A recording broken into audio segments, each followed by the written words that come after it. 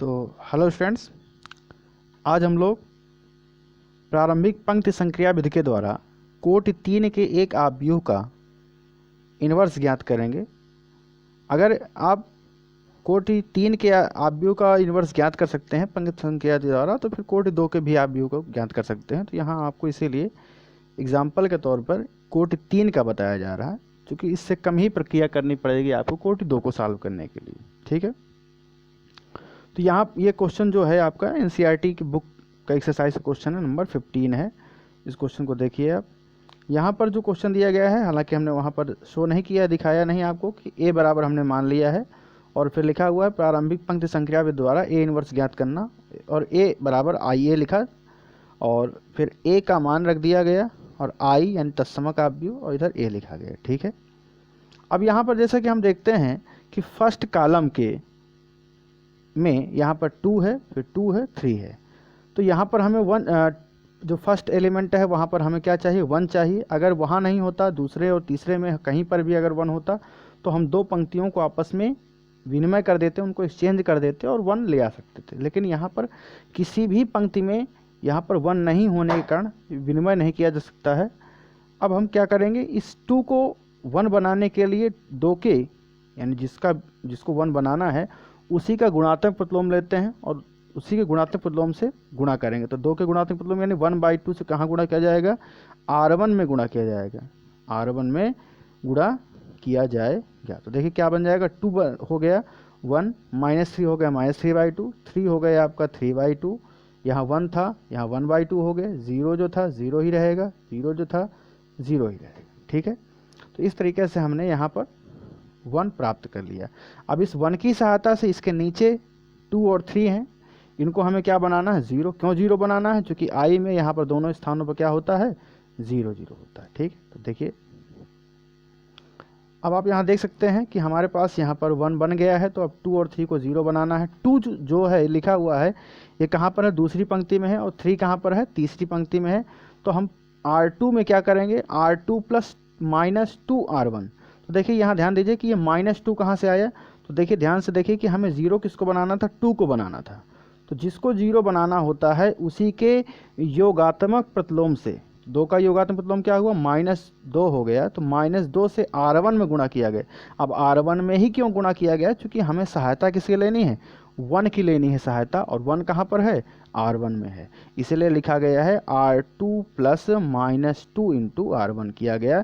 इससे ये जो 2 है ये क्या बन जाएगा, 0 बन जाएगा। ठीक है, इसी प्रकार से यहाँ पर देखिए R3 में जो क्रिया की जा रही है, तो यहाँ पर 3 को 0 बनाना है। तो यहाँ लिखा गया R3 प्लस -3 R1। तो -3 कहाँ से आया, क्योंकि यहाँ देख सकते हैं कि R3 में यहाँ पर क्या है, 3 है, और 3 को 0 बनाना है। तो जिसको 0 बनाना है यानी 3 को 0 बनाना है, तो 3 के योगात्मक प्रतिलोम क्या होगा, -3 से यहाँ पर हमने R1 में गुणा किया। R1 में वही कारण है, 1 से चूँकि 1 की सहायता से बनाना है, इसलिए R1 में गुणा किया। तो क्या किया जा रहा है, R3 प्लस -3 इंटू R1। अब यहाँ पर आप लोगों को बताया जा रहा है कि किस तरीके से हम लोग यहाँ पर इस संक्रिया को करेंगे और कैसे कैलकुलेशन भी किया जा रहा है। तो इस कैलकुलेशन को हम यहाँ करके दिखा रहे हैं आपके सामने। अब यहाँ पर आप देख सकते हैं कि यहाँ पर जो R2 का पहला अवयव था वो क्या था, 2। तो 2 तो 0 बन ही जाएगा, तो 2 तो 0 बन जाएगा, इससे कोई दिक्कत नहीं है। रही बात अगला अवयव क्या है, वहाँ पर 2 है। यहाँ पर अगला अवयव क्या है आपका, देख सकते हैं यहाँ पर आपका क्या है, 2 है।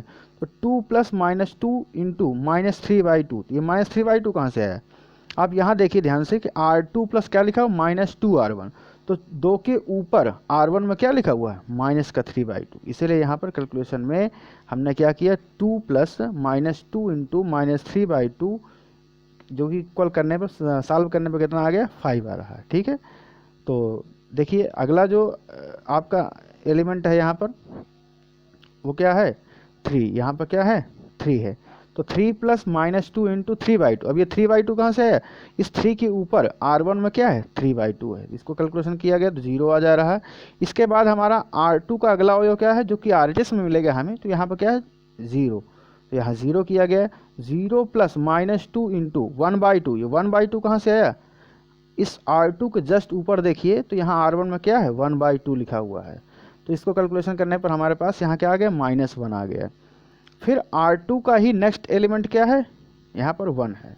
तो यहाँ 1 प्लस माइनस 2 इंटू 0, अभी 0 कहाँ से आया, इस 1 के ऊपर देखिए R1 में क्या लिखा हुआ है, यहाँ पर 0 लिखा हुआ है, इसलिए यहाँ पर 0 लिया गया, तो कैलकुलेशन करने पे कितना आया, 1 आया। फिर यहाँ पर आपका अगला अवयव हमने यहाँ दिखाया 0, चूँकि R2 का जो लास्ट एलिमेंट है वो क्या है यहाँ पर 0, और 0 के ऊपर भी यहाँ पर R1 में 0 है, इसलिए 0 प्लस माइनस 2 इंटू 0 बराबर 0 हो जाता है। तो इस तरीके से R2 की जो भी अवयव में बदलाव होना था वो हमने यहाँ पर आपको करके दिखा दिया है, ठीक है। अब इसी प्रकार से हम लोग यहाँ पर देखेंगे कि R3 में क्या क्या बदलाव होगा। यहाँ पर हमने देखा है हमें कि R3 में क्या क्या चेंजमेंट हो जाएंगे। तो ध्यान दीजिएगा कि R3 का जो फर्स्ट एलिमेंट है वो क्या है, 3 है। R3 का फर्स्ट एलिमेंट क्या है, 3 है, और 3 को तो 0 बनाना ही है, तो इसलिए वो 0 बनाने के लिए ये क्रिया की जा रही है, तो इसलिए हमने इसको यहाँ कैलकुलेशन में नहीं दिखाया है। अगला अवयव देख सकते हैं R3 का क्या है, माइनस का 2 है, तो यहाँ -2 प्लस -3 इंटू -3/2 लिखा हुआ। तो यहाँ देखिए कि -3/2 कहाँ से आया, R1 से आया। इस -2 के ऊपर यहाँ देखिए क्या लिखा हुआ है R1 में, माइनस का 3/2, कैलकुलेशन किया गया, कितना आ गया, 5/2 आ गया। फिर R3 का नेक्स्ट एलिमेंट क्या है, 2 है, और 2 के ऊपर क्या लिखा हुआ है R1 में, 3/2 लिखा हुआ है, इसीलिए 2 प्लस -3 इंटू 3/2 यानी कि माइनस का 5/2 आ रहा है। फिर देख सकते हैं R3 का ही अगला अवयव क्या है, यहाँ पर 0 है। R3 का अगला अवयव क्या है, यहाँ पर 0 है, तो 0 प्लस -3 इंटू 1/2, 1/2 कहाँ पर है, इसी के ऊपर जो R1 में लिखा हुआ है वो 1/2 लिखा है, इसे कैलकुलेशन करने पर माइनस का 3/2 आ जाता है। फिर R3 का ही अगला अवयव हमारे पास क्या है, हमारे पास अगला अवयव है 0, तो 0 प्लस -3 इंटू 0, 0 क्यों लिया आ गया ये वाला, क्योंकि ऊपर R1 में क्या है, 0 है। फिर R3 का जो अगला एलिमेंट है वो क्या है, यहाँ पर 1 है, तो 1 प्लस -3 इंटू 0, 0 क्यों आया, क्योंकि यहाँ पर आप देख सकते हैं R1 में क्या है, 0। तो इस तरीके कैलकुलेशन करने पर हमें यहाँ पर ये चीज़ें मिल जाती हैं। अब देखिए इनको हम यहाँ पर दर्शाएंगे, हमें लिखना कैसे है। तो इनको लिखने के लिए यहाँ पर देख सकते हैं, पहले हम R2 में यहाँ पर आपको दिखा दे रहे हैं कि R2 में जो हमने यहाँ पर लिखा हुआ है वो कैसे लिखा हुआ है। तो आप देखिए R2 में यहाँ पर 0 होना था, 2 को क्या होना था, 0, तो यहाँ पर 0 हो गया। इसके बाद जो भी अवयव होने थे वो यहाँ पर लिखे हुए हैं, देखिए 5, तो 5 लिख दिया गया, 0 0 -1 -1 1, तो ये 1, और ये 0, तो ये 0 आ गया, ठीक है। आप एक एक करके लिख सकते हैं, लेकिन यहाँ पर एक समझाते समय हम पूरा एक साथ समझा रहे हैं, और ये लिखना कोई ज़रूरी नहीं, ये रफ का वर्क है। अब यहाँ पर देख सकते हैं आप कि यहाँ पर R3 में जो हमने बदलाव किया है वो कैसे बदलाव हुआ है। तो R3 का जो फर्स्ट एलिमेंट था वो क्या था, 3 था, और 3 को 0 करने के लिए ही ये क्रिया की जा रही है। ये क्रिया किसके लिए की जा रही है, R3 का जो यहाँ फर्स्ट एलिमेंट है यानी 3, उसको 0 करने के लिए की जा रही है, तो इसीलिए वो तो 0 हो ही जाएगा। उसके बाद देखिए यहाँ 5/2 -5/2 -5/2, यहाँ पर -3/2, यहाँ भी -3/2, यहाँ 0, यहाँ 0 कर रहे हैं, यहाँ 1, और यहाँ पर भी 1 हो रहा है। तो इस tरीके से यहाँ पर हमने ये 2 क्रियाएं की, जिससे कि आप देख सकते हैं यहाँ पर कि ये जो हमारी जो प्रक्रिया हुई, हमारी प्रक्रिया के अनुसार आप देख सकते हैं यहाँ पर कि ये फर्स्ट जो कॉलम हमारा हुआ, फर्स्ट कॉलम हमारा आई के तरीके बन गया। आई का जो फर्स्ट कॉलम होता है 1 0 0 होता है, आप देख सकते हैं, तो वहाँ पर 1 0 0 बन गया। तो अब इसी तरीके से जो नेक्स्ट कॉलम होगा हमारा, नेक्स्ट कॉलम होगा, वहाँ पर 1 कहाँ पर होता है, मिडिल में, बीच में, यानी जहाँ पर यहाँ 5 है वहाँ क्या होना चाहिए, 1 होना चाहिए, और 1 के ऊपर और नीचे यहाँ पर क्या होना चाहिए, 0 0 होना चाहिए। तो पहले हम 1 बनाएंगे, उसके पश्चात हम 0 और 0 बनाएंगे। तो 1 कैसे बनाएं, आइए देखते हैं। तो यहाँ पर देख सकते हैं आप कि यहाँ पर 5 है, और 5 को क्या बनाना है, हमें 1 बनाना है। तो जिसको 1 बनाना है उसी के गुणात्मक प्रतिलोम से गुणा करेंगे इस पंक्ति में। तो ये 5 जो है कहाँ पर है, R2 में है, तो R2 में किससे गुणा किया गया है, यहाँ पर 1/5 से। 1/5 से क्यों किया गया है, क्योंकि ये 5 को हमें क्या बनाना है, 1 बनाना है। तो 5 के गुणात्मक प्रतिलोम यानी 1/5 से गुणा किया गया। देखिए क्या बन गया, यहाँ पर 0 में करेंगे 0 आ जाएगा, 5 में करेंगे 1 आ जाएगा, 0 में करेंगे 0 आ जाएगा। यहाँ पर -1 है तो माइनस का 1/5 आ गया, 1 है तो यहाँ 1/5 आ गया, यहाँ 0 है तो यहाँ पर भी क्या आ गया, आपका 0 आ गया, ठीक है। तो इस तरीके से हमें यहाँ पर 1 चाहिए था, और हमें यहाँ पर 1 चाहिए था और 1 हमें प्राप्त हो गए। ठीक है, तो अब हम लोग आगे क्या करेंगे, इस 1 की हेल्प से इसको और इसको यानी -3/2 और 5/2 दोनों क्या बना लेंगे, 0। तो नेक्स्ट स्टेप में देखिए क्या करते हैं हम लोग यहाँ पर 0 बनाने के, कैसे 0 बनाएंगे देखिए। अब यहाँ पर देख सकते हैं आप, यहाँ स्क्रीन पे आपकी दिखाई दे रहा है कि R1 में क्या किया जा रहा है, R1 + 3/2 R2 किया जा रहा है। तो ध्यान दीजिए यहाँ पर R1 का जो एलिमेंट है जिसकी सहायता से हमें 0 बनाना, वो क्या है, 1 है, वो है 1। और 0 बनाना किसको है, -3/2 को 0 बनाना। तो -3/2 जिसको 0 बनाना है उसका योगात्मक प्रतिलोम क्या हुआ, तो यानी -3/2 का योगात्मक प्रतिलोम क्या हो जाएगा, 3/2 हो जाएगा। इसीलिए 3/2 से गुणा किया जा रहा है R2 में और जोड़ा जा रहा है इसको कहाँ, R1 में। तो इसीलिए क्या किया जा रहा है, R1 में R1 + 3/2 R2 किया जा रहा है, क्योंकि हम इसको क्या करना चाहते हैं, 0 बनाना चाहते हैं। सेम इसी तरीके से आप देख सकते हैं यहाँ पर R3 में जो किया जा रहा है, R3 + -5/2 × R2 किया जा रहा है। तो ये -5/2 कहाँ से आया, आखिरकार हमें 0 किसको बनाना है, हमें 0 जो बनाना है वो 5/2 को बनाना है। और 5/2 का योगात्मक प्रतिलोम क्या होगा, -5/2। तो इसीलिए -5/2 को गुणा किस में किया गया, R2 में किया गया। अब क्वेश्चन है कि R2 में क्यों किया गया, क्योंकि ये किसकी सहायता से बनाना है, हमें 1 की सहायता से बनाना है, और 1 कहाँ पर है, R2 में है, इसीलिए यहाँ पर R2 लिखा गया। ठीक है, तो आई थिंक आपको समझ में आ गया होगा। अब चलिए हम देखते हैं यहाँ कैलकुलेशन हमने किस तरीके से किया हुआ है। तो देख सकते हैं यहाँ पर जो R1 का फर्स्ट एलिमेंट है हमारे पास वो यहाँ 1 है, तो 1 तो बदलेगा नहीं, बाकी ये यहाँ से देखिए -3/2 वो तो 0 हो ही जाएगा। उसी को 0 करने के लिए हम लोग ये क्रिया कर रहे हैं, तो इसलिए हम इसको नहीं दिखा रहे हैं, हम यहाँ 3/2 से आपको शो करके दिखा रहे हैं। 3/2 + 3/2 × 0। अब ये 0 कहाँ से आया, देख सकते हैं R1 के नीचे में यहाँ पर 3/2 के नीचे क्या है, 0 है, तो यहाँ इसलिए 0 आ गया। और इसको सॉल्व करने में कितना आ रहा है, यहाँ पर 3/2 आ रहा है। R1 का जो नेक्स्ट एलिमेंट है वो क्या है, 1/2 है, तो 1/2 + 3/2 × -1/5। ये -1/5 कैसे आया, तो आप देख सकते हैं इस 1/2 के नीचे R2 में क्या लिखा हुआ, -1/5 लिखा हुआ है। इसको कैलकुलेशन करने पर 1/5 आ जाता है। फिर आप R1 का नेक्स्ट एलिमेंट देख सकते हैं, यहाँ पर क्या आ रहा है, 0। तो 0 + 3/2 × 1/5, यहाँ पर देख सकते हैं R2 में इसके नीचे क्या है, 1/5, इसलिए यहाँ पर 1/5 आया हो। कैलकुलेशन करने पर 3/10 आ जाता है। फिर नेक्स्ट एलिमेंट देखिए R1 का, वो क्या है, 0 है, तो 0 + 3/2 × 0, चूँकि R2 में भी यहाँ पर 0 है इसलिए यहाँ पर 0 आ गया, कैलकुलेशन करने पर 0 आ जाता है। ठीक है, अब इसी प्रकार से जैसे हमने यहाँ पर किया है उसी प्रकार से हम लोग यहाँ पर करेंगे।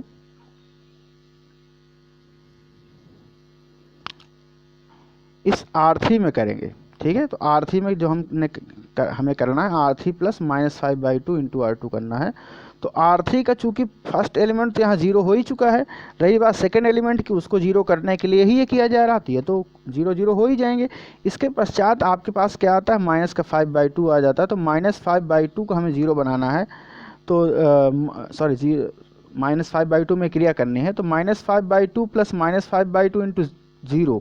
तो ये 0 कहाँ से आया, देखिए इसी की ऊपर, यानी R3 का अवयव, तो इसके ऊपर R2 में देखिए 1 की सहायता से बनाना था, तो R2 का अवयव लिया जा रहा है।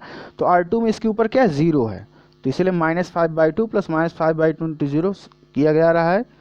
इसके पास इसका R3 का नेक्स्ट एलिमेंट क्या है, आप यहाँ देख सकते हैं RHS में -3/2 है, तो -3/2 + -5/2 × -1/5 लिया गया। ये -1/5 कहाँ से आया, R2 से आए। देखिए इसके ऊपर क्या है, -1/5 लिखा हुआ है, इसको कैलकुलेशन किया जा रहा है। इसके पश्चात देखिए यहाँ पर R3 का जो नेक्स्ट एलिमेंट है वो क्या है, 0 है, तो 0 + -5/2 × 1/5। 1/5 कहाँ से लेना है, इसी के ऊपर देखिए R2 में क्या लिखा है, वो 1/5, इसलिए उसको लिया जा रहा है 1/5। फिर देख सकते हैं आप यहाँ पर 1 लिखा हुआ है, R3 का लास्ट एलिमेंट है, और 1 + -5/2 × 0, चूँकि R2 में जो इसके ऊपर एलिमेंट है वो क्या है, 0 है। ठीक है, इसका कैलकुलेशन हम लोग करते हैं, तो यहाँ देख सकते हैं आपका यहाँ कैलकुलेशन में क्या आ रहा है, -5/2 -1 और -1/2 और 1 आ रहा है। ठीक है, अब हम लोग यहाँ देखेंगे कि यहाँ पर R1 में हमने किस तरीके से यहाँ रखे हैं ये सारी चीज़ें। तो यहाँ देख सकते हैं आप कि R1 का फर्स्ट एलिमेंट 1 था, दूसरा वाला रही बात वो 0 ही किया गया, तो 0 हो गया, ये 1 हो ही गया है। रही बात इस 3/2 की, तो 3/2 ही रहा। इसके पश्चात हमारे पास 1/5 आ गया, 3/10 और 0, तो ये 0 आ गया। ठीक है, तो इस तरीके से R1 में बदलाव हो गया। अब रही बात R3 में भी बदलाव हो रहा, तो R3 में किस तरीके से बदलाव होगा देखिए, तो यहाँ पर देख सकते हैं आप R3 में हमने क्या क्या चेंजमेंट किए हैं। R3 का यहाँ फर्स्ट एलिमेंट क्या था, 0 था, तो 0 ही रहेगा। रही बात इस 5/2 की, तो 5/2 को 0 करने के लिए ही ये संक्रिया की जा रही है, वो 0 हो ही जाएगा, कैलकुलेशन करके भी देखा जा सकता है। रही बात इस -5/2 की, तो -5/2 को करने पर देखिए यहाँ पर जो कुछ भी आ रहा है, यानी कि आपका माइनस का 5/2 आ रहा, तो यहाँ पर -5/2 कर दिया गया। इसके बाद -3/2 की जगह पर क्या आ गया, -1 आ जाएगा। 0 की जगह पर क्या आ जा रहा है, -1/2 आ रहा है, और 1 की जगह पर क्या आ रहा है, 1 ही आ रहा है। ठीक है, इसको आप यहाँ पर देख सकते हैं। अब देखिए इसी प्रकार से हम लोग अगला स्टेप करते हैं, यानी अब देख सकते हैं हमारे पास अब तक क्या बन गया। अब हमारे पास जो कि पहला कॉलम तो कंप्लीट हो गया, अब इसी तरीके सेकंड कॉलम भी हमारा क्या हो गया, कंप्लीट हो गया। अब रही बात हमारे किसकी, थर्ड कॉलम की, तो थर्ड कॉलम में यहाँ पर देखिए आई में क्या होता है, 0 0 1, तो पहले 0 नहीं बनाना होता, पहले 1 बनाना होता है। हालांकि यहाँ पर 0 बन चुका है, तो उससे कोई फ़र्क नहीं पड़ता, वो हमारे लिए बेनिफिशियल है। और यहाँ पर देखते हैं कि यहाँ जो -5/2 लिखा हुआ है, इसको क्या बनाना है, 1 बनाना है। तो 1 कैसे बनाएंगे, इसकी प्रक्रिया देखिए नेक्स्ट स्टेप में आपके सामने यहाँ दिखाई दे रहा है आपको अपनी स्क्रीन पे। 1 बनाना है हमें, किसको 1 बनाना है, इस -5/2 को हमें क्या बनाना है, 1 बनाना है। तो जिसको 1 बनाना होता है उसका गुणात्मक प्रतिलोम लेते हैं, यानी -5/2 का उल्टा क्या हो जाएगा, यानी गुणात्मक प्रतिलोम क्या हो जाएगा, -2/5, इसलिए R3 में गुणा करा दिया गया है। चूँकि ये एलिमेंट किसका है, R3 का ही तो है, तो इसलिए आप देख सकते हैं यहाँ पर 0 में किया गया 0 आ जाएगा, 0 में 0 आ जाएगा, इसमें करेंगे 1 आ जाएगा, -1 में करेंगे किसका गुणा, -2/5 का, तो 2/5 आ जाएगा। -1/2 में करेंगे तो 1/5 आ जाएगा, और इधर 1 में करेंगे तो -2/5 आ जाएगा। तो ये सारी प्रक्रिया करने के पश्चात हमारे पास यहाँ पर 1 बन गया। अब इस 1 की सहायता से हमें क्या करना है, ऊपर चूँकि 0 यहाँ पर लाना था, तो ये 0 पहले से बन गया, तो इसको बनाने की कोई ज़रूरत नहीं।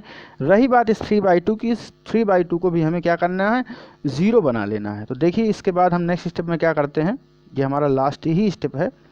अब यहाँ क्या करना है, इस 3/2 को हमें क्या बनाना है, 0 बनाना। सहायता किसकी लेनी है, 1 की सहायता लेनी है। तो देखिए क्या लिखा गया है यहाँ पर, R1 में हम क्या करते हैं, ये 3/2 किसका एलिमेंट है, R1 का एलिमेंट है, तो R1 प्लस -3/2 इंटू R3 लिखा हुआ है। तो ये -3/2 क्यों लिखा गया है, क्योंकि हमें 0 किसको बनाना है, 3/2 को बनाना है, और 3/2 का योगात्मक प्रतिलोम क्या होगा, माइनस का 3/2 होगा। और R3 क्यों लिखा गया, क्योंकि ये 1 की सहायता से करना है, और 1 कहाँ पर है, R3 में है। तो इसीलिए यहाँ पर ध्यान से देखिए कि R1 में क्या किया जा रहा है, R1 प्लस माइनस का 3/2 इंटू R3 किया जा रहा है। ठीक है, अब आप देख सकते हैं कि कैलकुलेशन हमने यहाँ पर कैसे की है। तो R1 में चूँकि अभी देखिए यहाँ पर 1 है, तो 1 ही रहेगा, ये 0 0 ही रहेगा, और ये 3/2 तो 0 बनना है, इसी के लिए तो हमें क्रिया कर रहे हैं, तो इसलिए हम इनको नहीं सब कुछ लिख रहे हैं चूँकि ये वही बनने वाले हैं। रही बात R1 के जो अन्य एलिमेंट हैं वो आपके बदल जाएंगे, सॉरी। तो यहाँ पर देख सकते हैं आप कि ये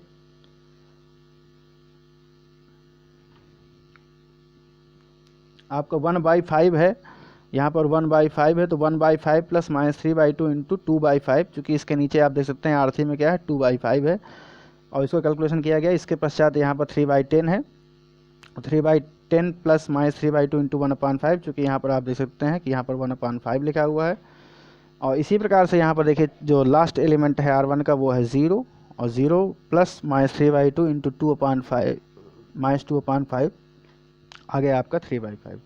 तो इन चीज़ों को यहाँ पर हम R1 में रख देते हैं, और R1 में रखने के पश्चात ये देख सकते हैं यहाँ पर रखा गया है। R1 में रखने के पश्चात ये हमारा जो है I बराबर BA के रूप का बन जाता है, I के बराबर BA के रूप का बन जाता है, जिससे कि हम लोग A इन्वर्स बराबर B लिख सकते हैं। ठीक है, तो आशा की जाती है आप लोगों को ये वीडियो समझ में आ गया होगा। ठीक है।